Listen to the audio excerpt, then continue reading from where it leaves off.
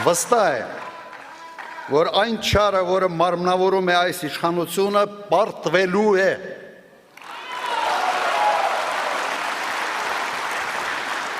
Ես նրանց հետ պայքարի մեջ եմ մտել հենց իշխանության իրենց գալու առաջի օրերից և չեմ հանգստանալու այնքան ժամանակ,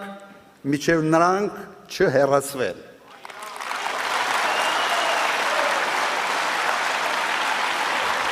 Իդեպ սրանով եմ տարբերվում այլ վարչապետի թեկնածուներից։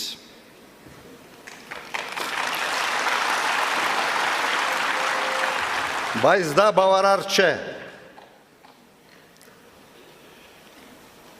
Պետք է պատասխան տան նրանք, ովքեր մեղավոր են մեր հազարավոր հերոսների զոհվելու համար, ովքեր հանձնեցին Արցախը և ովքեր այսօր ստիպում են ժողովրդին մոռանալ իր հերոսական պայքարի պատմությունը։